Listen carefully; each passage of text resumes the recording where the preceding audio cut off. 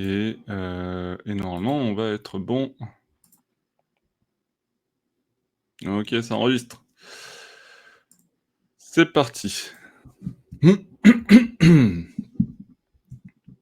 Bonjour à tous et bienvenue dans ce nouveau podcast Made in Batman Legends, un Bat Reviews consacré aujourd'hui à nos lectures Batman parues chez Urban Comics au mois de juillet 2024. Oui, il fait chaud, c'est l'été, mais ça ne nous empêche pas de lire et ça ne nous empêche pas toujours d'enregistrer ces podcasts. C'est Nico et je suis accompagné de deux autres membres de la team Batman Legends avec Alexandra. Salut tout le monde.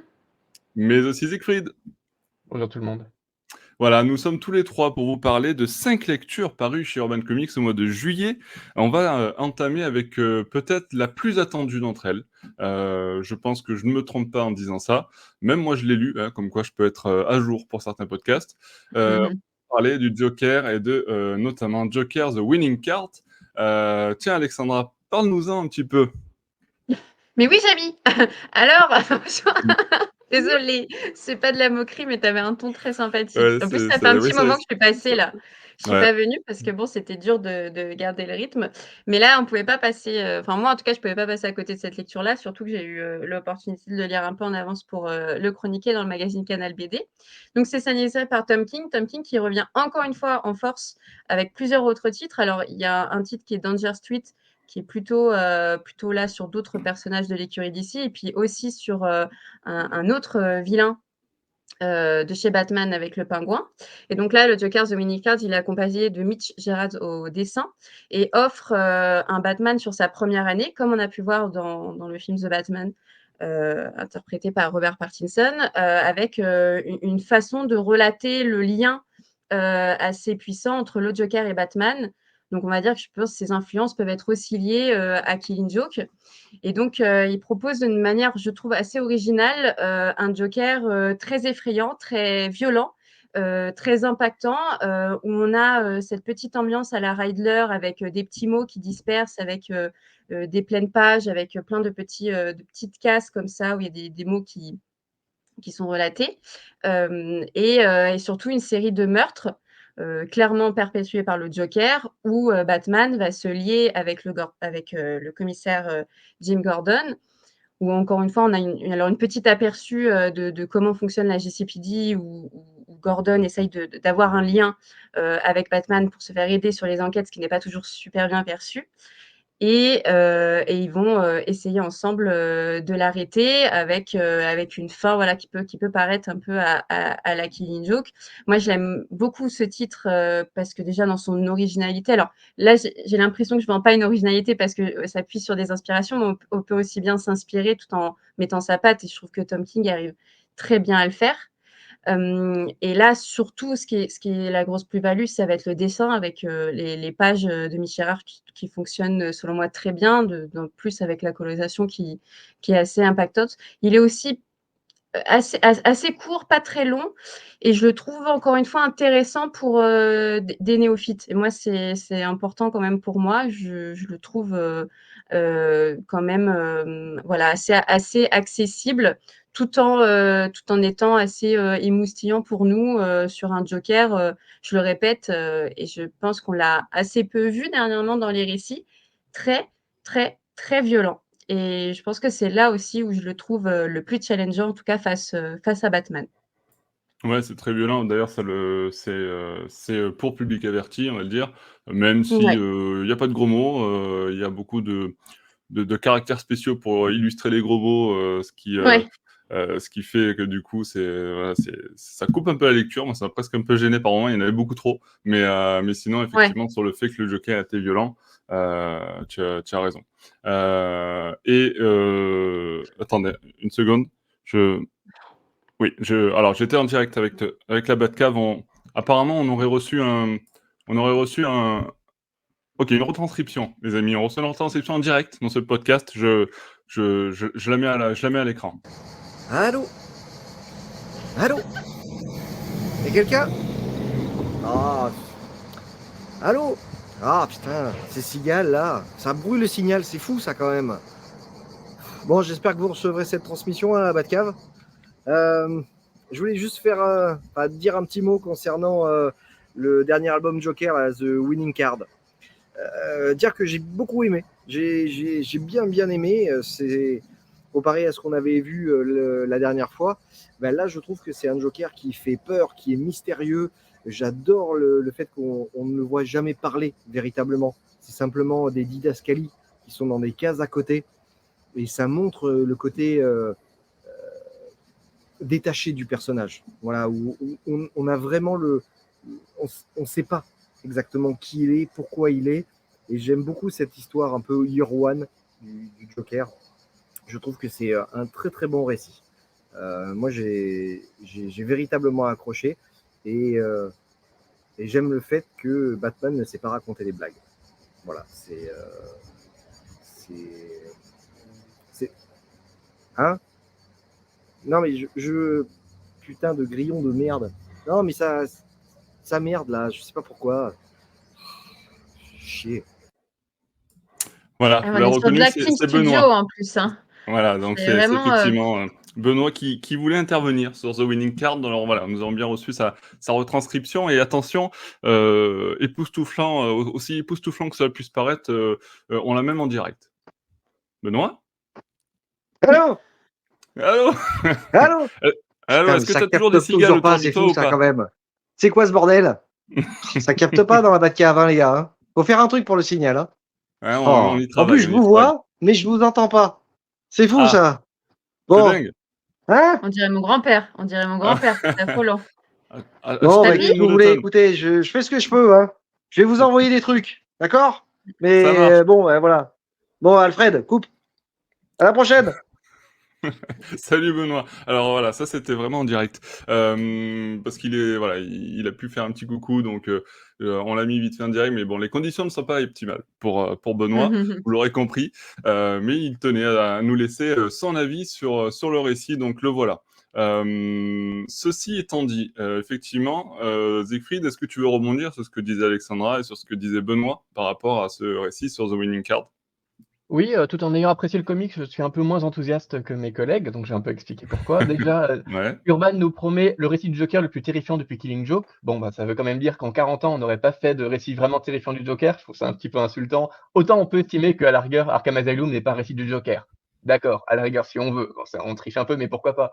Mais enfin, on oublie quand même 40 ans de comics du Joker. C'est pas très gentil, par exemple, pour le Killing Smile et Smile Killer de Lemire et Sorrentino, qui a plus ou moins la même démarche que The Winning Card, c'est-à-dire aussi montrer un Joker aussi glaçant que possible, aussi perturbant que possible, y C'est compris en jouant beaucoup sur des graphismes. c'est clairement un effet de com', hein. Oui, bien sûr, mais je trouve que ce genre d'effet de com qui, du coup, Mmh. invisibilise ou insulte un peu aussi tous les Mmh. comics qui ont été faits pendant 40 Je suis ans, d'accord. y compris des comics que Urban eux-mêmes ont beaucoup mis en avant entre-temps, bah, c'est un peu maladroit, il y a sans doute mieux à faire. Là, en l'occurrence, la Mmh. référence au Killing Joke est à la rigueur justifiée par le fait que, bah, clairement, The Winning Card fait référence à Killing Joke. En fait, c'est plus ou moins une espèce de prologue à Killing Joke, en même temps qu'une amplification, c'est-à-dire une réécriture, mais qui prend davantage de temps et expose davantage les enjeux du Batman numéro 1 de 1940, qui est le comic Ouais. dans lequel Bob Kane et Bill Finger, enfin Bob Kane et Bill Finger présentaient pour la première fois la rencontre entre Batman et le Joker. On est donc dans ce récit de première rencontre. Peut-être d'ailleurs, mini correction, Gordon n'est pas commissaire, il est juste capitaine à cette époque, on insiste beaucoup dès le début là-dessus, justement pour que le lectorat comprenne où on en est dans la temporalité de, dans la temporalité de Gordon, de Batman, etc. L'histoire en elle-même, du coup, n'est pas remarquable parce que par ce fait qu'on est dans une réécriture du Batman numéro 1, bah, on ne raconte pas grand-chose d'autre en fait. C'est une succession de meurtres du Joker de façon Oui. Il y a extrêmement peut-être la glaçante. deuxième partie du récit qui est un petit C'est ça, peu, oui, mais voilà, qui du, reprend Mmh. plus qui va du coup, plus loin. sur 4 fascicules, il y en a quand même 3 qui sont assez communs. On est vraiment dans une galerie de meurtres. Donc les meurtres sont extrêmement glaçants. Vraiment, la représentation de ces meurtres est, voilà, elle est extrêmement forte. Ça, pourquoi pas. Mais en termes d'histoire, c'est vraiment, bon, Batman est fort et après il est dépassé. Puis après de nouveau fort et puis de nouveau dépassé. Enfin, il y a une structure qui est quand même extrêmement répétitive. Et puis bon, le Joker arrive, il tue quelqu'un. D'accord, ça pendant 3 fascicules. On a la chance, heureusement, de disposer d'une version française, c'est-à-dire qu'il compile l'intégralité des fascicules, et donc en 20 minutes, on arrive du premier fascicule au dernier, qui est le plus Mmh. intéressant, donc c'est pas très grave. Il faut penser qu'aux États-Unis, ça a été publié dans 4 fascicules qui ont été publiés sur 9 mois. Donc imaginez quand vous arrivez à la fin du troisième fascicule, que vous dites oui, bon, tout ça pour ça, et vous devez encore attendre 3 mois avant la conclusion dans Brave and the Bold, tome 4. Enfin, vous avez complètement perdu toute attente pour la suite de ce récit C'est au vrai que pour ce moment côté-là, les entre le troisième publications et le du coup en quatrième. France, c'est vachement intéressant, quoi. C'est ça, mais pour moi, ça pointe quand même du doigt un défaut qui est que, autant dans le dernier fascicule, on comprend vraiment pourquoi King, enfin ce que King veut raconter, pourquoi il a fait ce récit avec Gerard. On voit qu'il y a un enjeu vraiment pour lui, alors que dans les trois premiers fascicules, on se dit juste, oui, ben, tu réécris Batman numéro 1, quoi. Est-ce que vraiment on avait besoin qu'un scénariste aussi réputé que King, avec un dessinateur aussi réputé que Gerard, refasse un Batman numéro 1 pour une énième première rencontre entre Batman et le Joker? Bon, ça paraissait pas nécessaire. Et ça fait partie Mmh. du coup des récits quand même un peu oubliables de Tom King. Bon, un récit oubliable de Tom King, ça reste dans le haut du panier des comics, mais c'est vrai que quand on entend le retour de Tom King avec Nick Gerard, Gerard c'est quand même celui qui avait dessiné Mr. Miracle, c'est lui qui a co-dessiné Strange Adventures. Pour moi, c'est le plus grand dessinateur de comics des 10-15 dernières années. Donc quand on les voit de nouveau collaborer, on s'attend à du haut du panier de Tom King, pas juste du haut du panier des comics. Donc voilà, il y a quand même un effet un peu déceptif. Heureusement, on arrive au quatrième fascicule, qui est clairement le plus écrit, le plus satisfaisant, parce que comme je l'ai dit tout à l'heure, c'est là qu'on comprend pourquoi Tom King a voulu s'emparer de cette histoire. Il était un peu temps. C'est celui qui apporte le plus. Bon, on va pas trop spoiler pourquoi, mais c'est là qu'on comprend qu'il y a beaucoup d'effets d'écho, de rimes à Killing Joke, notamment par un jeu qui est assez amusant sur l'humour de Batman, enfin Batman qui tente de faire une blague au Joker et le Joker qui tente de faire une blague à Batman. En fait, c'est assez fort parce qu'on comprend juste que les deux n'ont pas le même humour. Le Joker ne comprend juste pas la blague, enfin il a juste un regard un peu paumé face à la blague de Batman qui, qui lui paraît juste nul ou bizarre ou incompréhensible, mais ça fait aussi écho au fait que Batman, lui, ne comprend pas du tout l'humour du Joker, il ne trouve absolument pas ce que fait le Joker drôle. Et c'est assez intéressant de voir que par cet humour pourri, juste par une blague mal reçue et peut-être mal émise ou pas très drôle, en fait, on comprend aussi une différence métaphysique entre les deux personnages. Et ça, vraiment, il y a des choses extrêmement fines. Il y a aussi de très belles planches. Juste un Bruce Wayne, un Alfred en train de pêcher à la fin, par exemple, ça raconte beaucoup plus que dans tout ce qu'on a pu lire dans la continuité Batman de ces dernières années, par exemple. Donc, il y a vraiment énormément de choses fortes. Et c'est presque étonnant d'avoir cette densité de narration dans ce dernier fascicule, là où les trois premiers fascicules, eux, bah, ne faisaient vraiment que re-raconter ce Batman, ce Batman numéro 1 en étant dans cette narration. C'est Ouais. un peu dommage. Il y a quand même il y a quelques moments qui sont assez réussis. Il y a notamment un moment hilarant où un Bruce Wayne téléphone à une espèce de petit con millionnaire en lui parlant de façon très décontractée. Donc on voit Bruce Wayne avec un langage très jeune, ce qui fait croire qu'il est complètement alcoolisé, donc il parle de façon vraiment ridicule. Et en même temps, il est en train donc il est juste au téléphone, et en même temps, on le voit s'habiller en train de Batman, donc s'habiller en Batman, donc extrêmement sérieux aussi. Enfin, il y a quelques effets de contraste qui sont assez réussis, et comme le disait bien Benoît, il y a des effets de juxtaposition de vignettes, notamment du Joker, ces espèces de didascalie quand il parle, avec au contraire ces effets de rapprochement qui viennent vraiment du cinéma d'horreur, où on le voit se rapprocher de case en case, par exemple. Enfin, il y a des échos assez clairs qui sont extrêmement réussis. Enfin, Gerard est vraiment excellent.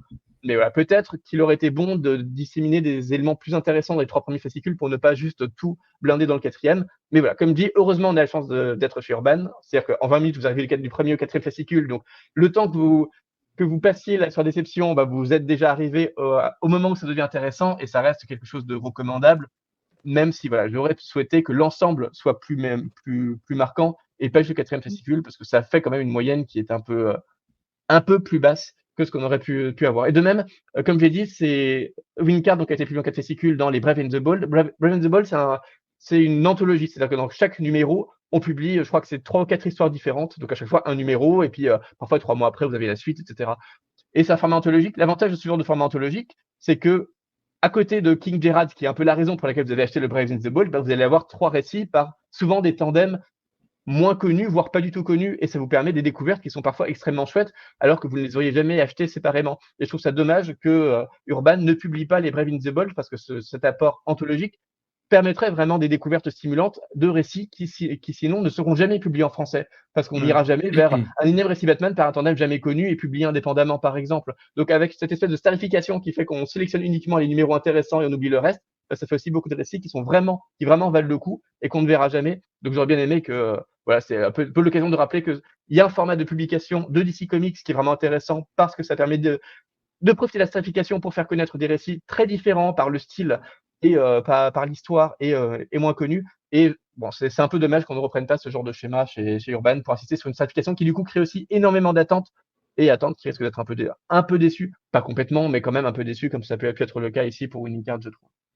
Ouais, c'est vrai. Après à leur décharge, c'est vrai que quand ils ont tenté de faire des choses, où justement, On apportait des récits avec des moins connus, avec des choses différentes, comme tu évoquais Siegfried, ça n'a pas toujours fonctionné, donc Non, mais justement, c'est l'intérêt voilà. du format anthologique, c'est qu'on vous dit, dans ce volume, il y aura, le nouveau truc de King et Geralt sur le Joker. Trop Ouais, bien, vous ouais. l'achetez forcément. Et à côté, ben, vous faites aussi la découverte de récits, moins connus, moins intéressants. Mais vous dans tous les cas, vous aurez eu le récit essentiel avec, qui suffit Ouais. comme offre, pour titiller l'intérêt du lectorat. Donc bon. Ouais. Bon, après ça ferait gonfler aussi le prix. Bon, après c'est Bien tout un sûr, non, mais ensemble, mais je effectivement, dis pas que c'est facile, j'ai juste que c'est dommage en termes de créativité parce qu'il y a tout un pan de création de comics, y compris autour de Batman, donc c'est quand même pas le moins bankable du monde. Et vraiment dans les Brave in the Bold, y compris les Brave in the Bold dans lesquels sont publiés les Winning Cards, il y a des récits mineurs qui sont extrêmement bien et voire parfois meilleurs que les 3 premiers fascicules de Winning Card, mais qui ne sont absolument jamais publiés en France du fait de ce choix-là.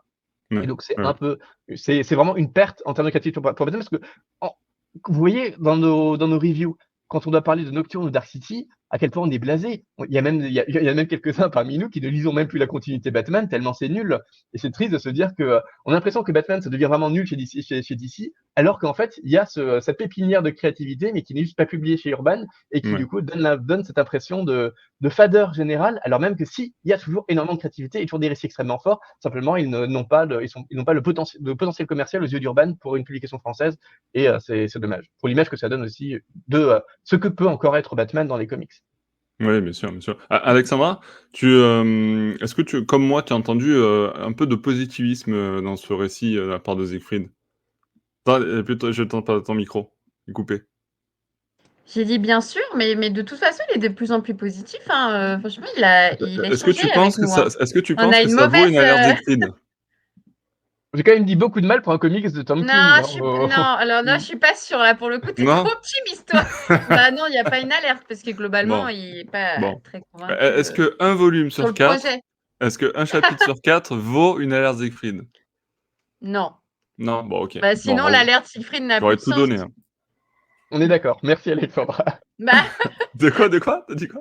mais Non mais sinon, l'alerte merci n'a plus de Alexandra parce que sens. Une alerte, c'est que c'est positif dans tout. T'imagines Écoute, si moi je moi te j'essaie fais une de alerte, ça fait longtemps qu'on n'a j'ai pas aimé la sonné, donc première j'essaie de tu couverture. vois, je suis désolé, tu comme, resteras frustré Oui, Nico. alors, mais c'est normal que ça fait longtemps que ça a pas sonné et je te rejoins sur ce point-là, Siegfried, où même moi, il y a des récits où j'ai complètement décroché. C'est qu'il y a une irrégularité sur le contenu en ce moment. Il y a peut-être aussi une envie de plus se pencher sur l'indépendant. On voit aussi tout le travail et d'éditorial et de communication sur des titres à la Transformers, Void Rivals ou le dernier dans l'univers un peu japonisant. Et finalement, c'est aussi plus ça où je me dirige sur Urban Comics et sur une continuité de Batman qui est un peu. Voilà, là, bah, j'ai continué en l'occurrence Nightwing Infinite parce que ça, enfin, pour moi, c'est toujours t'es bon. Et puis voilà, une sorte de dévotion à Tom Taylor. Mais voilà, il y a des choses que j'avais plus envie. Je n'ai pas continué le Batman West Family parce que le tome 1 ne m'avait pas convaincu. Et donc, tu as une certaine. Voilà, t'as une fatigue quoi qui se fait, je trouve, générale. Mais pas que moi, hein, globalement. Hein. On est plusieurs à avoir ce retour-là. Ouais, ben, d'ailleurs, si vous nous écoutez et que vous êtes dans ce cas-là, n'hésitez pas à partager vous aussi votre, avis sur tout ça dans Ma les lettre. commentaires. Et je vais retenter ma chance pour une alerte Siegfried, peut-être avec, l'une des séries, qui est quand même plutôt plébiscitée, pardon, dans les derniers mois. Donc, on va parler de, World's Finest, Batman Superman World's Finest, tome 4, Que son règne vienne, c'est ainsi le titre. Et on me dit attendez, on me dit qu'il y a aussi une retranscription pour ça, alors je la Ah. lance de ce pas. Bon, j'espère que vous me recevez. J'espère que malgré la cage de Faraday, le signal va passer. The World Finest tome 4. Pas mal au niveau du dessin, toujours aussi bon avec Dan Mora. Mark Waid, c'est un préquel, on va dire, à Kingdom Come. Moi, je suis un peu déçu du fait qu'on donne une légitimité à la méchanceté, on va dire, de Magog. Voilà. Qu'il est manipulé, qu'il est contrôlé par une force extérieure. Je trouve ça un peu décevant. J'aimais bien justement dans le Kingdom Come le fait que ça soit qu'il ait compris que enfermer des super méchants et les retenir et qui s'évadent, qui retuent, ça servait à rien et qu'à un moment donné, il fallait passer à quelque chose d'un peu plus expéditif. j'aimais beaucoup cette façon-là du personnage. Et là, j'ai l'impression qu'on lui dit c'est pas de ta faute. Tu es autant une victime, toi, que les autres. Donc là-dessus, je suis pas très. Voilà, ça m'a pas plu. Voilà. Mais après, sinon, le reste du récit est plutôt sympa, cohérent avec ce qu'on avait vu sur les tomes précédents. Donc oui, mais c'est quand même une des meilleures séries à lire en ce moment, dans tous les cas.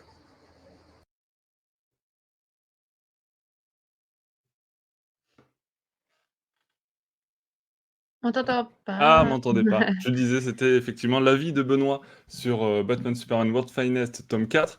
Siegfried, que peux-tu nous en dire, toi, de ton point de vue?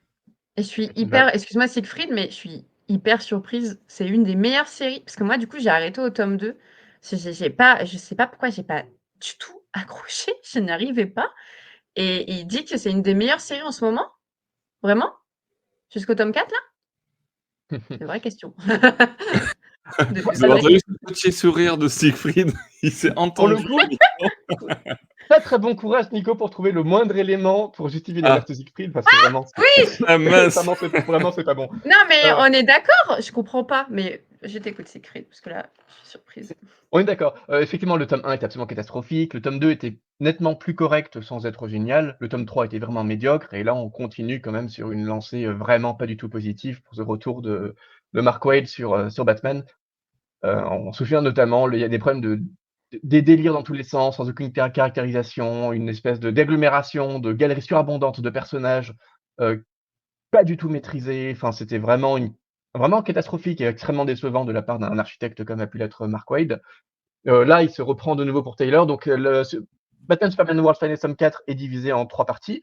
La première partie, c'est supposément la première aventure commune de Batman et Superman. Bon, ben, c'est encore un truc qui a été quand même raconté et rabâché pas mal de fois. Bon, là, on se dit, c'est Mark Waid qui raconte leur première aventure commune, ça pourrait être intéressant. Ben non, en fait, c'est vraiment médiocre. Enfin, ils vont juste aller taper une espèce de Kryptonien. Il n'y a aucun enjeu mythologique. C'est vraiment très surprenant. Et enfin, il accumule même les incohérences ou les platitudes. Par exemple, il y a une énigme du Sphinx, c'est: «Les pauvres vivent avec, les riches en ont besoin, on en meurt si on s'en nourrit, que suis-je?»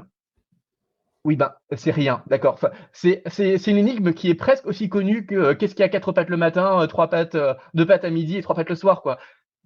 On est supposé imaginer une énigme que le Sphinx pose en kryptonien à Superman et que Superman ne parvient pas à résoudre, que Gordon ne parvient pas à résoudre et qui est vraiment une espèce de mystère qui met en avant l'intelligence de Batman parce que lui, il comprend, alors que c'est un truc que vous retrouvez dans dans n'importe quelle, revue pour jeunesse pour les 6 ans, quoi. Donc il y a un manque d'inventivité, d'effort intellectuel qui déjà, éloigne, je trouve, beaucoup le lectorat et malheureusement, ça continue vraiment comme ça. On déjà, on Mark Waid a cette idée assez surprenante que Superman et Batman se rencontrent pour la première fois à un moment où ils sont déjà tous les 2 mûrs, formés, enfin, c'est un peu comme si actuellement dans la continuité, ils se rencontraient pour la première fois.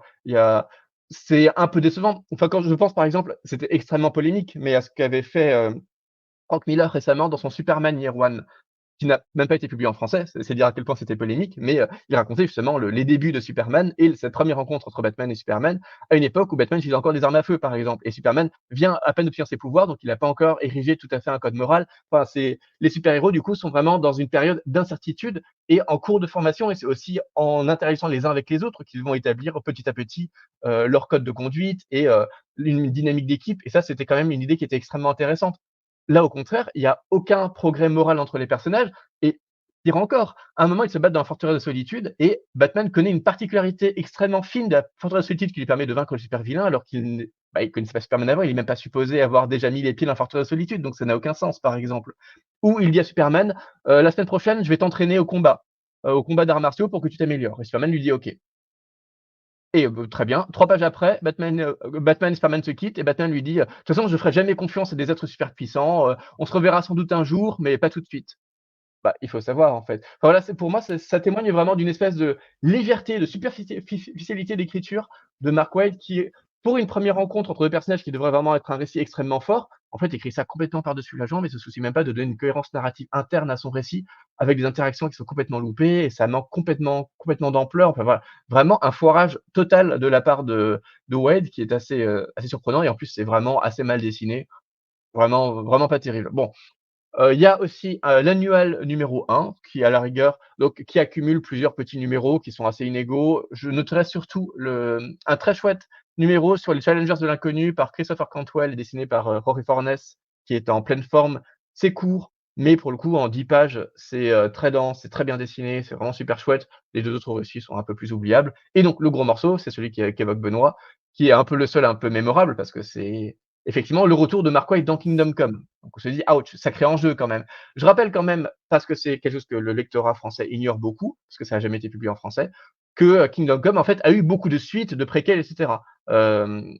Mark Waid lui-même en a fait un seul qui était sur, le fils de Batman et Talia, heu dans cet univers-là, donc c'était pas canon, c'était un truc assez moche et pas terrible. Voilà, donc Mark Waid avait fait ce récit-là, mais sinon c'est surtout, Alex Ross lui-même qui avait scénarisé quelques suites avec, parfois accompagné par Geoff Jones, notamment, The Kingdom, enfin il y avait et racontait beaucoup cette histoire de Magog et de Gog. Ce qui fait aussi que si vous aviez lu ces suites, en fait, vous êtes déjà spoilé sur le twist de cette histoire qui est en fait qui est vraiment Magog puisque, on en parlait déjà on donnait déjà son vrai nom dans ses comics précédents. Bon, soit, mais c'est C'est-à-dire que ce récit s'implanterait, juste, entre les 2 en fait, c'est ça? Entre, Kingdom Come et les suites qui ont été faites, c'est ça dont tu parles? plus ou moins, oui. Plus ou OK, moins parce que ce comics aussi s'étale sur plusieurs temporalités, donc c'est pas forcément évident à OK, dire, mais oui, c'est à peu près ce comics raconte plus ou moins la formation de Magog, donc ça se OK. placerait notamment avant Kingdom Come, avant le Magog qu'on connaît et donc c'est un peu un préquel de la création de Magog. Qui part de David. Donc vous savez, David, c'est le personnage qu'on avait vu dans le 2e volume, donc ça commence déjà à remonter quand même un peu, qui est le super-héros venu d'une espèce d'autre dimension, un peu mystérieux, qui avait tout de suite été intégré à la Justice League, dont Superman avait même fait son sidekick, tellement il avait l'air bien intentionné, gentil, c'était un petit jeune avec plein de pouvoirs, sous le nom de Boy Thunder et qui tout à coup avait disparu. Et donc, pour une raison de comics un peu pourrie, Batman et Superman se retrouvent tout à coup dans une autre dimension et ils se rendent compte que c'est la Terre 22, la dimension où, David est réapparu après avoir disparu de la leur et qui est la Terre 22, on la connaît comme étant la Terre de Kingdom Come. Bon, encore une fois, OK. Mark Waid qui revient sur Kingdom Come, donc c'est la première fois que Mark Waid lui-même revient sur Kingdom Come après ce préquel oubliable sur le fils de Batman. On s'attend quand même à ce que vraiment ça y raconte des choses fortes. C'est pas anodin, Kingdom C'est un Come, c'est événement, ouais. vraiment ça c'est un comics de référence. Je pense qu'il fait partie facilement du top 5 de la plupart des fans de comics, en tout cas de comics d'ici, parce que, même de façon autonome, c'est un comics magnifique, extrêmement dense en termes de narration, qui raconte des choses assez fortes sur les super-héros et les enjeux super-héroïques. Enfin voilà, c'est quand même quelque On chose est d'accord, d'assez ça compte pas pour l'alerte, hein, ça? non, pas du tout. OK. Vraiment pas du tout, parce que justement, ça devrait avoir ce potentiel-là et en fait, c'est très loin d'être exceptionnel.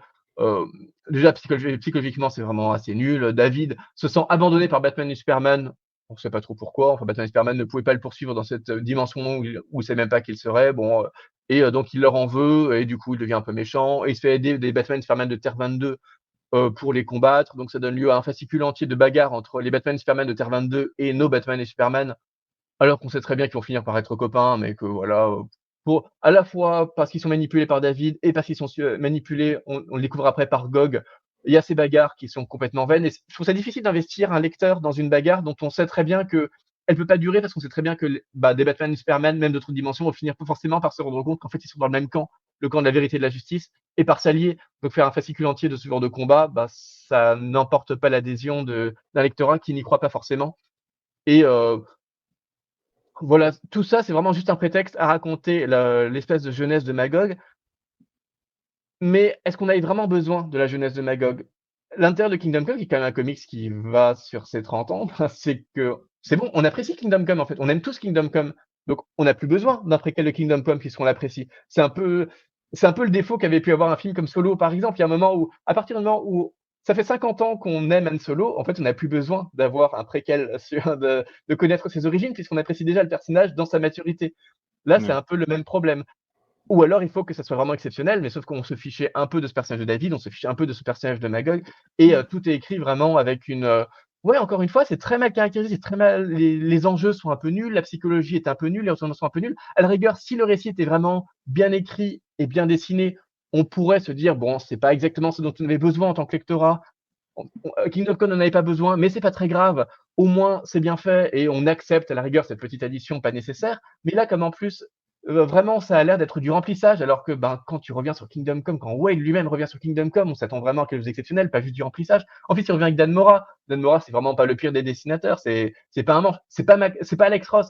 Et là, pareil, on se dit si Wade revient sur Kingdom Come, ce serait bien qu'il revienne au moins avec Ross lui-même. À la rigueur, là, on pourrait faire événement ou avec un vraiment grand dessinateur. Dan Mora, c'est un dessinateur plutôt dans le haut du panier, mais qui n'est pas non plus connu comme étant extraordinaire dans chaque planche qu'il fait. Et là, c'est très propre, mais ça manque un peu du souffle exceptionnel que Alex Ross avait insufflé à Kingdom Come. Donc, bon, voilà. Et malheureusement, ça aboutit aussi à des bagarres qui sont sans intérêt et qui sont illisibles. Un seul moment, un seul moment est assez épique, c'est quand un autre super vilain, Ah, ah, sans, ah. sans, Non. non, mais sans aucune raison, un autre super vilain intervient pendant 4-5 pages, puis repart. Vraiment aucune raison, mais tout à coup, on sent que il y a un souffle, ça marche, alors que ça n'a aucun raison de marcher parce que ça n'a aucun rapport avec l'intrigue. On couperait ça, l'intrigue serait exactement la même. Mais tout à coup, il y a à mon avis d'ailleurs, c'est parce que ça utilise aussi quelques pages de Tom King lui-même d'ailleurs. Donc c'est Wade qui fait du bon comics parce qu'il s'inspire de King. C'est dire à quel point Wade manque de souffle pour raconter des choses qui sont propres. Je spoilerai pas qui est ce super vilain, vous retrouvez assez vite si vous feuilletez ce volume. Et il y a ouais, il y a même 2-3 pages assez surprenantes qui re-racontent Kingdom Come pour en faire une espèce de synthèse, peut-être pour le lectorat qui a oublié, mais enfin le lectorat qui ne connaît pas Kingdom Come n'a aucun intérêt à lire ça. Et Ouais, mais après, re- tu vois, si tu te lances dans World Finest et que tu as un public plutôt jeune et que tu pas lu des choses un peu plus anciennes comme Kingdom oui, mais Come, bah, peut-être ça dans ce peut cas-là, valoir le coup. ça n'a aucun intérêt. Dans ce cas-là, il fallait vraiment le raconter autrement de façon plus intéressante. Là, on sent vraiment que le seul intérêt du comics, c'est la référence à Kingdom Come, c'est de servir de préquel à Kingdom Come.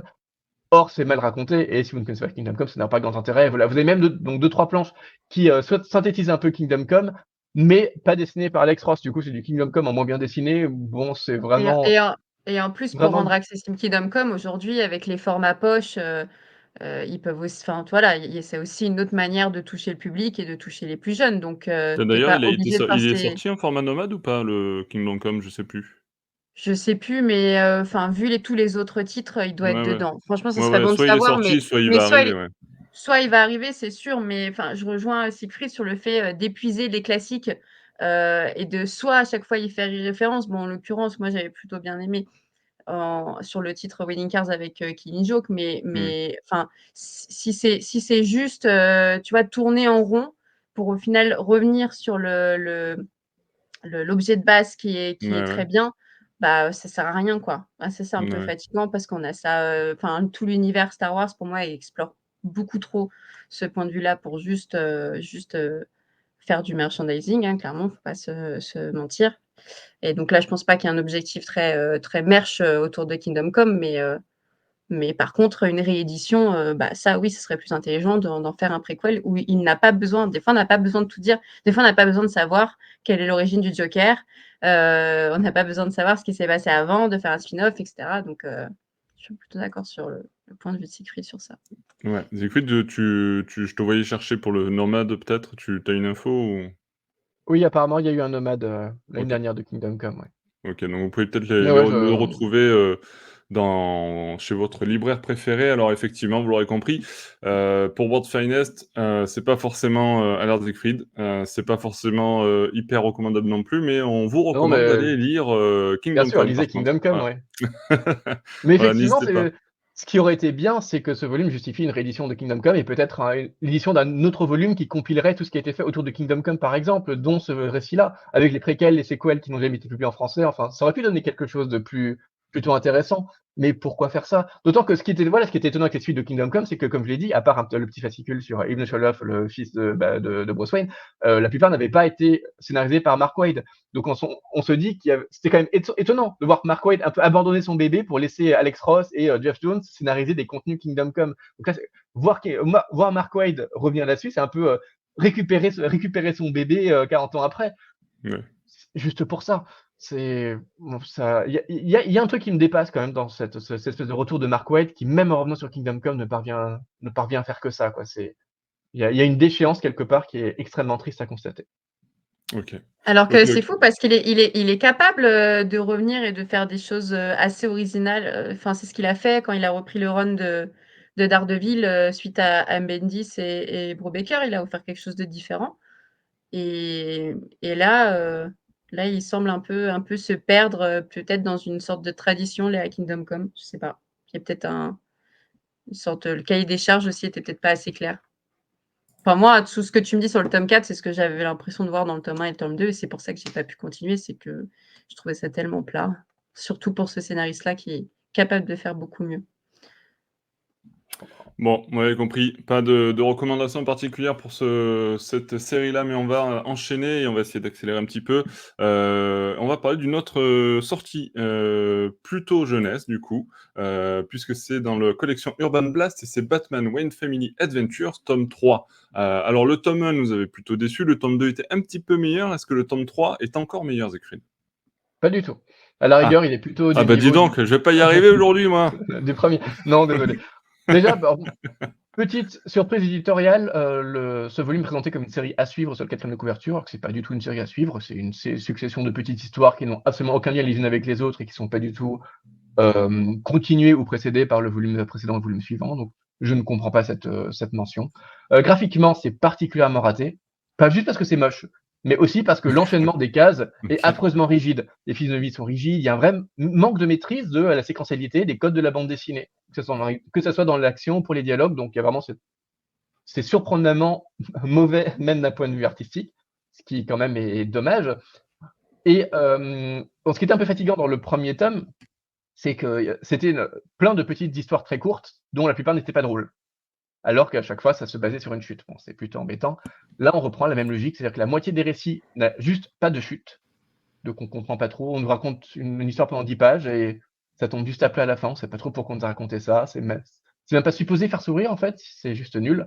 Et l'autre moitié qui sont donc les récits qui ont une chute, bah, ont des chutes qui sont pas très bonnes et qui surtout ne méritaient pas une histoire médiocre de 10 pages juste pour raconter un gag au bout du compte. Pour moi, les grands artistes de bande dessinée, enfin, prenez un artiste comme Lewis Trondheim par exemple, il s'arrange pour que chaque page d'un de ses lapinos, ça soit un gag par exemple. Alors même pour raconter une histoire sur 48 pages, chaque page est un gag à part entière avec une chute. Là, on crée des histoires spécifiquement autour d'une chute. Donc des histoires, il faut se partir 10 pages pour une chute qui est médiocre à la fin. Vraiment, il y a un problème de sens à ce genre de publication qui encore une fois me dépasse un peu.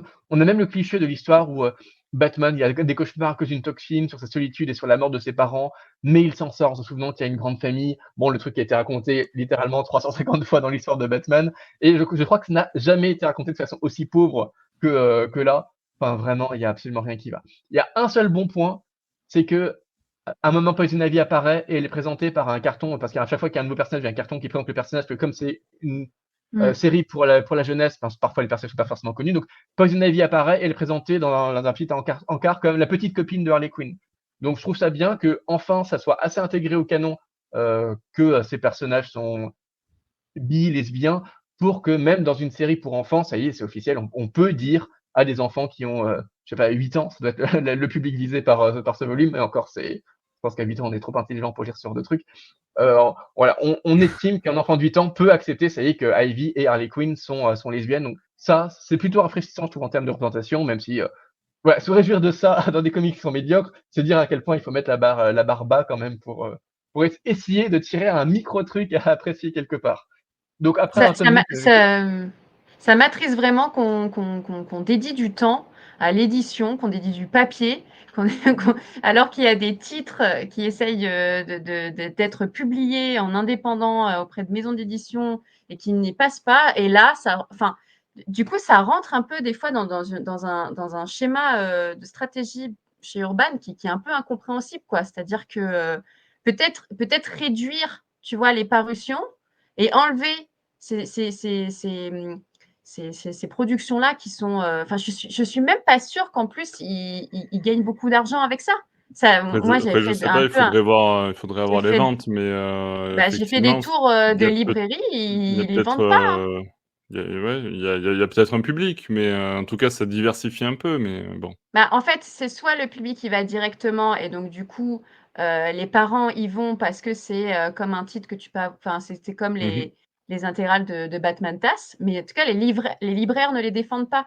Donc à partir de là, tu te mets une balle dans le pied, c'est très compliqué. Ils ne Ouais. défendent pas ça parce que Oui, c'est après il y a nous, trop c'est vrai mauvais. que nous, on a cette approche avec, un contact humain avec le libraire et cetera, mais tu vois, un parent qui achète, sur internet ou qui va, dans une grande surface et qui tombe sur ça et qui dit: «Ah tiens, bah, voilà, ça fait Ouais, un truc mais Batman pour mon il fils y ou est ma pas dans les fille», bon, grandes bah surfaces et même dans les relais, je suis allée voir et tout parce que je suis allée en gare, bah, il y est ouais, pas. enfin, je sais pas, enfin, j'imagine, tu vois, sur internet ou Mais autre. oui, Après, je vois ce que il y a tu veux voilà, il y a dire. des personnes qui commandent sur internet parce qu'elles sont trop éloignées de librairies. Enfin, il y a plein de tu vois, il y a plein de possibilités où les gens n'ont pas forcément le contact et le conseil du Oui, libraire mais encore et une fois, ça peut-être que, eux, achètent plus, ou tu vois, tombent sur ça et se disent: «Ah ben, voilà, pourquoi pas?» et puis voilà, j'en sais rien, j'ai pas les chiffres, j'en sais Oui, mais rien, mais justement, s'adressant à un lectorat qui n'est pas spécialiste, je préférais qu'on réédite certains des comics qui avaient déjà bah été oui, publiés dans Urban Kids, par exemple. Parce ouais, qu'évidemment, il y bah a un oui, attrait à oui. la nouveauté, parce que la nouveauté, ça permet de remettre en avant sur les sites de vente, par exemple, ou dans les librairies. Donc ouais.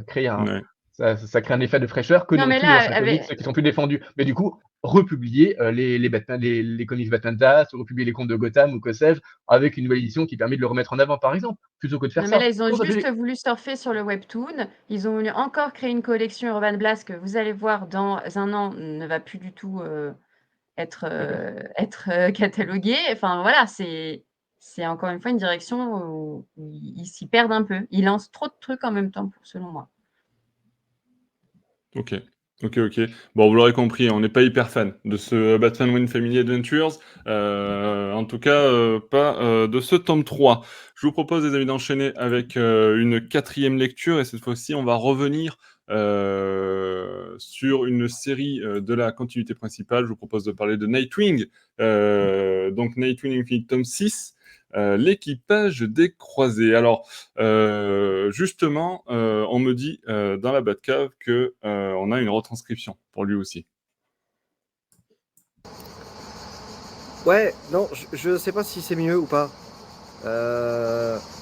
Bon, écoutez, Nightwing, c'est Nightwing là. Ouais, et ben, je pense que mon image est aussi bancale que le récit. Voilà, on s'en fout. C'est un album qui est complètement oubliable pour moi. On peut carrément faire l'impasse.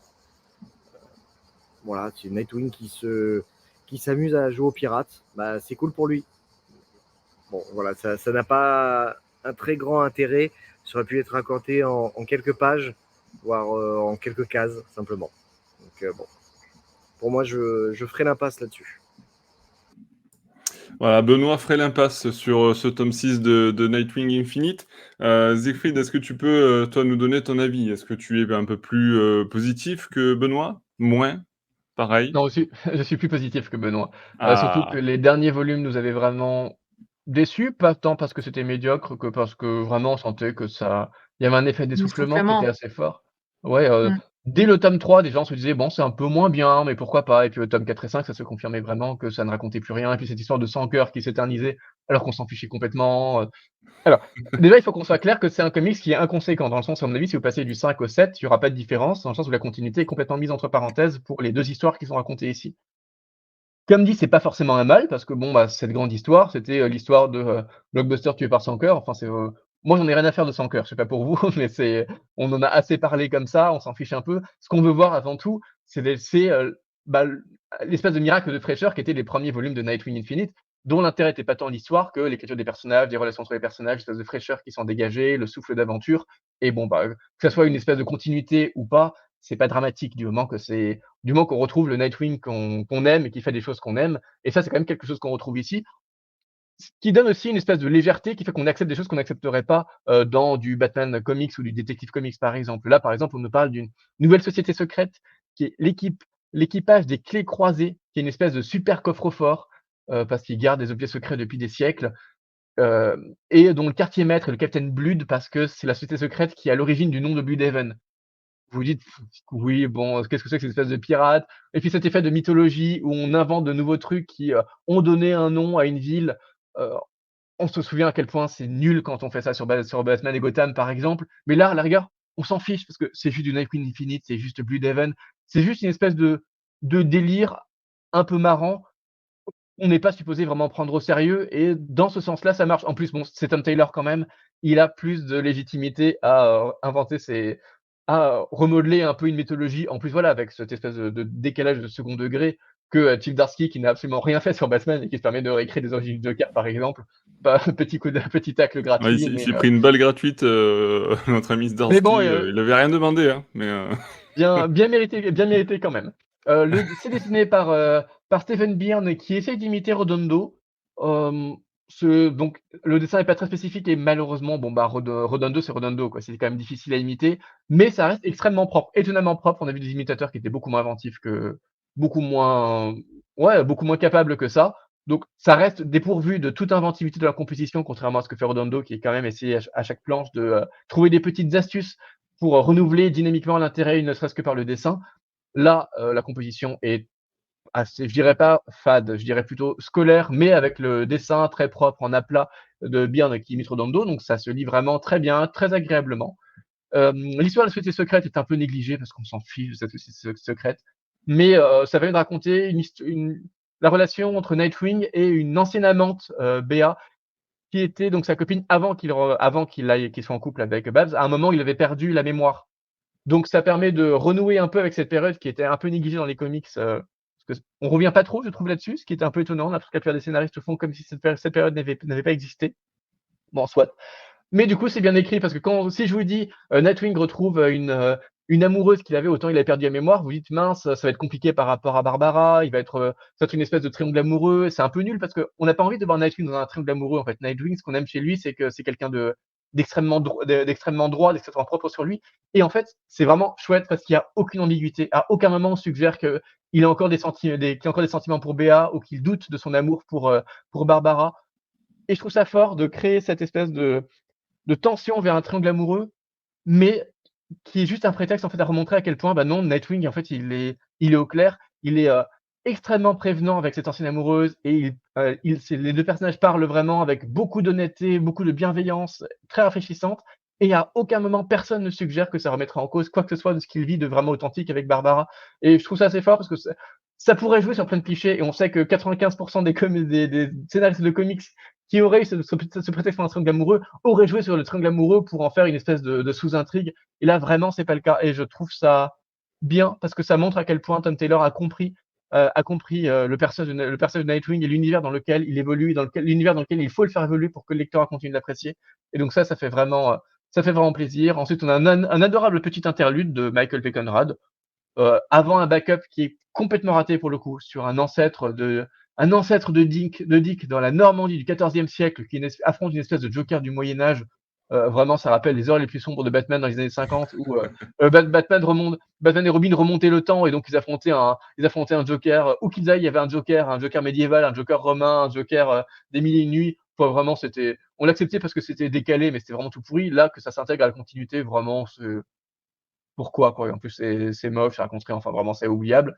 Et enfin, il y a une nouvelle histoire cette fois dessinée par Sami Basri, où on reparle de Sans Cœur, mais on sait pas trop en fait, parce que c'est une histoire d'enquête où Batman soupçonne que Sans Cœur serait à Gotham parce qu'on a effectivement quelqu'un qui a été tué, à qui on a arraché le cœur, et donc il fait venir Nightwing puisque c'est Nightwing, Sans Cœur, c'est quand même l'affaire de Nightwing et c'est une affaire qui est liée à Blüdhaven, et donc on voit les deux personnages qui enquêtent ensemble. Et l'intrigue est pas forcément intéressante, mais on revient sur la relation entre Batman et Nightwing, et c'est chouette parce que Taylor fait de Batman quelqu'un de vraiment très aimant. Et je trouve qu'on n'a pas l'habitude de le voir comme ça, mais d'aimant tout en respectant le personnage de Batman. Le problème, c'est que quand la plupart des scénaristes qui essaient d'écrire un Batman qui aime sa famille, l'écrivent de manière à ce que Batman ne sait pas sait tellement peu montrer cet amour qu'en fait il est extrêmement hautain, dédaigneux, haineux, irrespectueux. Et ce qui fait que lors de Batman familier, a l'impression d'être détesté par lui et s'en éloigne. Et du coup, ça crée plein de quiproquos qui sont pas terribles. Là, au contraire, on voit que Batman aime Nightwing. Nightwing voit que Batman l'aime, mais Batman a quand même ce côté je dirais pas sociopathe, un côté un peu autiste où il ne parvient pas à exprimer cet amour de façon claire et doit passer par par des choses extrêmement détournées pour montrer à quel point en fait, ben, il est bourré d'affection et bourré d'attention et je trouve ça bien voilà cette manière de Batman est aimant, mais il n'aime pas comme n'importe qui aimerait. Il aime toujours de cette façon un peu tordue, un peu bizarre, mais qui est quand même très claire et qui est quand même très, qui réchauffe quand même vraiment le cœur. Donc je trouve ça très bien cette version de Batman et même Taylor je trouve qu'il l'écrit mieux Batman qu'il l'avait écrit dans beaucoup des Elseworlds qu'il avait composé récemment. Donc c'est un comic qui fait du bien.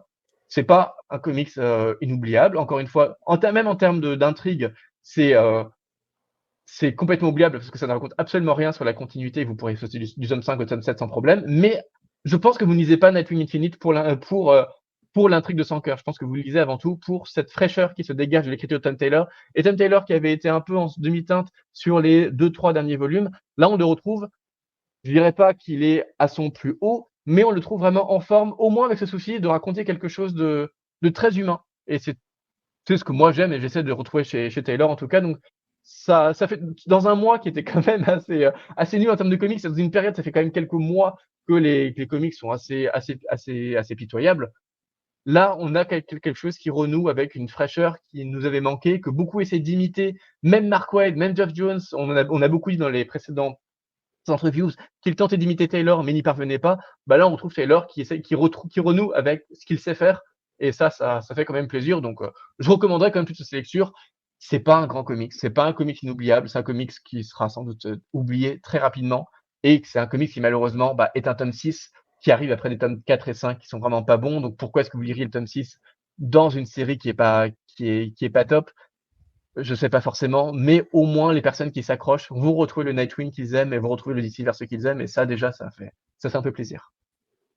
Bon, désolé, là, je suis obligé. Tout à fait d'accord. C'est mérité, c'était plutôt Oui, positif quand même, on était sur un bon truc. Ça fait longtemps qu'on n'avait pas eu du positif comme ça sur des mmh, lectures, de Siegfried. Alexandra, je sais que tu l'as lu aussi, oui. quel était ton avis toi? Est-ce que, la société secrète, doit rester secrète? Est-ce que tu étais, jalouse de Béa? Dis-nous tout. Moi non, je rejoins, Siegfried sur l'aspect divertissant et c'est un titre qui m'a fait du bien. En effet, il y a pas de réel enjeu, c'est secondaire et on est un peu habitué à ça, en fait, dans les collections, hein. Souvent dans les grands runs, tu as des comics, qui ne portent pas vraiment l'intrigue et qui vont apporter des sous-intrigues parce que, alors ça, je sais pas vraiment s'il faut remplir des numéros, si, c'est un titre plaisir pour le scénariste. Mais là, en l'occurrence, si c'est un titre plaisir pour lui, il a réussi à faire transmettre cette passion-là. Et ça marche. Alors moi, je suis très univers pirate, donc en l'occurrence, ça me Ah plaît ça de ça voir c'est Johnny Nightwing dans Depp ça. d'autres situations. Alors non, plus maintenant, désolée. Et oui, le MeToo est passé par là, la vie change, les amis. Ah voilà, Johnny. Mais non, je trouve ça intéressant quand on sort nos héros habituels de leur lieu. Bon, on l'a fait avec Nightwing où il est passé à Blüdhaven. Et là, l'idée dans cette longue série qui va se finir avec le tome 7, de l'emmener ailleurs. Oui, c'est peut-être pas, comme dit Benoît, ou comme Siegfried, le titre du siècle, mais c'est aussi intéressant d'avoir un comics où tu passes juste un bon moment. En plus, Ouais. Tu sais, voilà, moi après je nous on l'avais n'est lu pas il y a sur le quelques comics du semaines. siècle, si ça peut être le comics du mois, c'est déjà pas mal. C'est déjà ça. Oui, non, mais c'est ça et je trouve que ça reste un comics du mois et que même si il est un tout petit peu, en dessous, il reste cohérent avec ce que pose, Tom Taylor comme univers et ce qu'il veut apporter au personnage de Nightwing, c'est-à-dire de la fraîcheur, de l'accessibilité, des scènes de combat sympathiques, des relations humaines, toujours, très impactantes, un Batman aussi très intéressant, donc je ne vais pas plus en parler parce que, Siegfried l'a très bien dit. Le dessin est un tout petit peu en dessous, hein. J'ai l'impression de revoir ce que peut faire Matteo Scalera avec Sean Murphy, cette idée de vouloir un peu copier le style pour ne pas perdre le lecteur, et puis Bruno Redondo sur les titres. Il ne faut pas oublier à gagner des prix. Donc je pense qu'il y avait aussi une certaine pression de sa part. Mais voilà, ça reste quand même rafraîchissant. Peut-être souligner aussi la qualité des couvertures sur tous les Nightwing, qui est assez exceptionnel. Je trouve que c'est assez cool de proposer voilà, quelque chose de visuellement cool. Et puis hâte de voir ce que propose le tome 7, parce que là, l'idée, ce sera de conclure et de bien conclure sur toute cette série à Bloodaven. Mais bonne Le lecture, tome 7 bonne sera le lecture. dernier, tome 7 sera le Oui, dernier tome de la série? alors si je dis pas de bêtises, c'est le dernier, ouais. Ouais. Ok. Et c'est pour ça que ça m'étonne pas que c'est un titre comme ça, un peu un entre-deux, juste avant de conclure, pour garder le lectorat, ouais, je trouve ça assez logique qu'il arrive maintenant et j'ai bien aimé. Ok. Non, pas mal de positifs du coup sur ce Nightwing Infinite tome 6, vous l'aurez vu et compris. Et puis je vous propose d'enchaîner sur la dernière lecture du mois, là, les amis. Cette fois-ci, pas de Nightwing, mais de Robin. Robin version Teen Titans. On revient sur la collection Urban Blast, cher Invoker. Siegfried, dis-nous tout. Bon, c'est presque triste de finir sur quelque chose qui est assez, c'est assez fade, On aurait encore dû une fois. changer. On aurait dû changer l'ordre. Non, mais après, bon, Comprends, il faut bien je comprends un conclure. peu. Ça rejoint un peu ce qu'on disait tout à l'heure. Je comprends pas trop ce que fait Urban Blast parce que c'est pas nul, mais Mm, pourquoi publier ça? Enfin, mm. voilà, c'est exactement ce que disait Alexandra. Il y a tellement de scénaristes qui ont des idées, qui proposent des choses qui sont chouettes, y compris pour un public enfant. Pourquoi publier un truc qui est juste aussi moyen?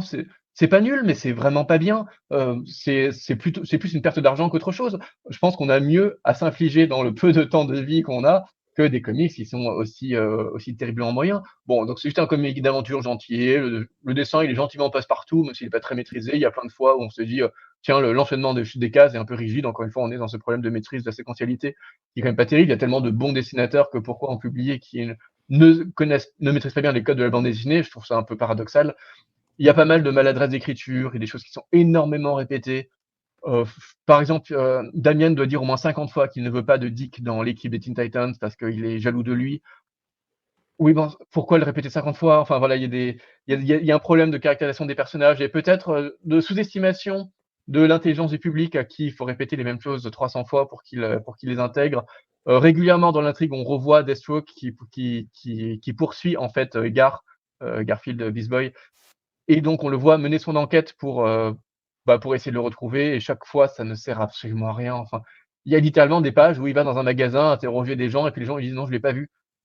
D'accord, peut-être que dans une histoire d'un comics qui fait 200 pages, on n'a pas besoin de faire 10 pages où il interroge des gens qui l'ont pas vu. Enfin, c'est vraiment juste une manière de rappeler au lecteur: «Attention, n'oubliez pas que Deathstroke, il est dans cette histoire». Oui, bah, racontez-moi un truc d'intéressant avec Deathstroke dans ce cas-là. Enfin, c'est vraiment, et le combat final est vraiment nul.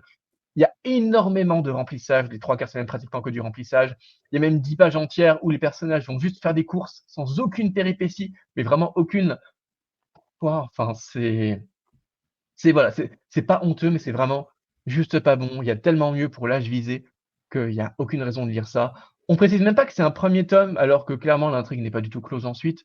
Je pense que mais pour le coup, je l'ai pas lu. C'est le volume fait écho à, je crois que c'est Beast Boy et Raven qui publient en même temps chez Blast aussi. Oui, oui, C'est le même tandem qui écrit ça. c'est ça. Comme on retrouve Beast Boy et Raven dans ce volume-là, j'imagine que les deux histoires sont liées, mais je sais pas si. J'imagine que Beast Boy et Raven se déroulent avant, mais je sais pas trop. Donc peut-être que ça se complète, mais en tout cas, le quatrième de couverture ne précise pas que les deux volumes se complètent. Donc si vous n'achetez que ça, vous serez un peu surpris. Et je trouve ça étonnant de ne pas préciser que c'est une intrigue qui est pas close. Enfin, c'est dire à quel point en fait on s'attend tellement peu à ce que vous intéressiez à l'intrigue qu'on s'attend même pas à ce que vous achetiez la suite parce que Donc pourquoi ils le font? c'est pas C'est intéressant. c'est Oui, c'est oui, c'est impressionnant quand même. Franchement, ça serait incroyable qu'on puisse, alors bon, de toute façon, il y aura une certaine langue de bois, il faut pas se mentir, mais ce serait vraiment fou qu'on ait François Hercouët pour lui poser mais voilà, de petites questions sur les sous-labels. Voilà, est-ce que vraiment, il y a un moment donné, l'équipe s'ennuie? Ben, je ne pense pas, non, vu le travail, énorme qu'ils produisent, Oui, il et travaille beaucoup, ça, c'est sûr, ils c'est sûr. travaillent beaucoup, Alors ça c'est après, sûr, alors mais pour ceux qui savent pas, François Hercouët, c'est responsable d'Urban Comics, mais effectivement, le directeur éditorial. ouais, donc du coup, effectivement, on aurait plein de questions à lui poser, hein. Nous, s'il veut venir, l'invitation est lancée, mais après, je pense que au niveau emploi du temps, c'est compliqué. Mais effectivement, il y aurait beaucoup de choses à dire, beaucoup de choses à questionner et des réponses à obtenir qui seraient intéressantes. Effectivement. Est-ce que vous voulez rajouter quelque chose ou on conclut ici ce podcast, suite à ce Teen Titans Robin? Bah non, après, peut-être, je pense qu'on va se retrouver en août parce qu'il y a la série The Cape Crusader sur Amazon et ça, j'ai Ah très, très hâte qu'on en parle ensemble. Ça va être, ah oui, oui, oui, vraiment effectivement. Alors, bien tu donc en parles. voilà. Je pense qu'effectivement, on fera un truc autour de ça. Moi, je n'en peux plus d'attendre cette série. Ouais Rendez-vous sur Prime Video à partir du 1er août, les amis. et Je ne sais il y a tout le même jour, non? eh ben, C'est je sais ça? pas, c'était ma question. Je j'ai C'est pas comme l'info là Disney. maintenant, je me renseignerai. Mmh. Je vous mettrai ça sur les réseaux sociaux si j'ai l'info. Mais effectivement, je sais pas si ça sort tout d'un coup le 1er août ou si ça va être un épisode ou 2 par semaine. Je sais même pas quel est le format. Est-ce que c'est du 50 minutes, du 20 minutes? Bref, beaucoup d'interrogations encore sur cette série. Je n'ai même pas, trouvé la dernière fois que j'ai regardé ça il y a quelques jours, semaines, hein, mais j'avais même pas trouvé le casting VF, par exemple. Ah Donc, si, j'y ai, je crois. ça Mais y est, il est j'y ai sorti depuis? Ouais, ouais, je l'ai pas ouais. vu, je l'ai pas vu. Mais, effectivement, il y a plein d'infos, qui voilà, que j'aimerais avoir bientôt et puis, on vous préparera un petit truc autour de ça, certainement avec plusieurs membres de l'équipe, que ce soit sous forme de podcast ou certainement d'ailleurs peut-être un bot talk pour revenir sur la série et Mmh mh. je Ouais. pense qu'on est assez chaud dans l'équipe là pour reparler de cette série-là. Voilà, vous savez un petit peu, ce qui vous attend et puis effectivement, on parlera des Bat Reviews de août. Il y a pas mal Parce de qu'il y a, lectures, il y a de très beaux pas mal titres, de ouais. lectures en perspective donc entre-temps, on va prendre quelques jours de congé. Donc on vous dit, on vous Mmh. souhaite à tous un bel été, un beau mois d'août et on se retrouvera certainement à partir de fin août, début septembre pour ce programme-là. Merci à tous, pour votre, participation. Merci, Zécrine, merci Alexandra, merci à Benoît qui était en direct de je ne sais où, pour nous envoyer ses retransmissions et merci à tous, ceux qui nous ont écoutés, qui ont eu le courage de nous écouter jusqu'au bout, surtout pour attendre une superbe review de, Teen Titans Robins.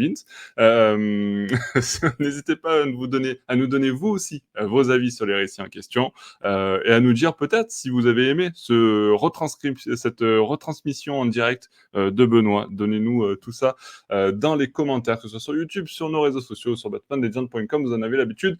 Maintenant, merci les amis, on se retrouve très bientôt pour de nouvelles aventures de Batman. Ciao, ciao, ciao.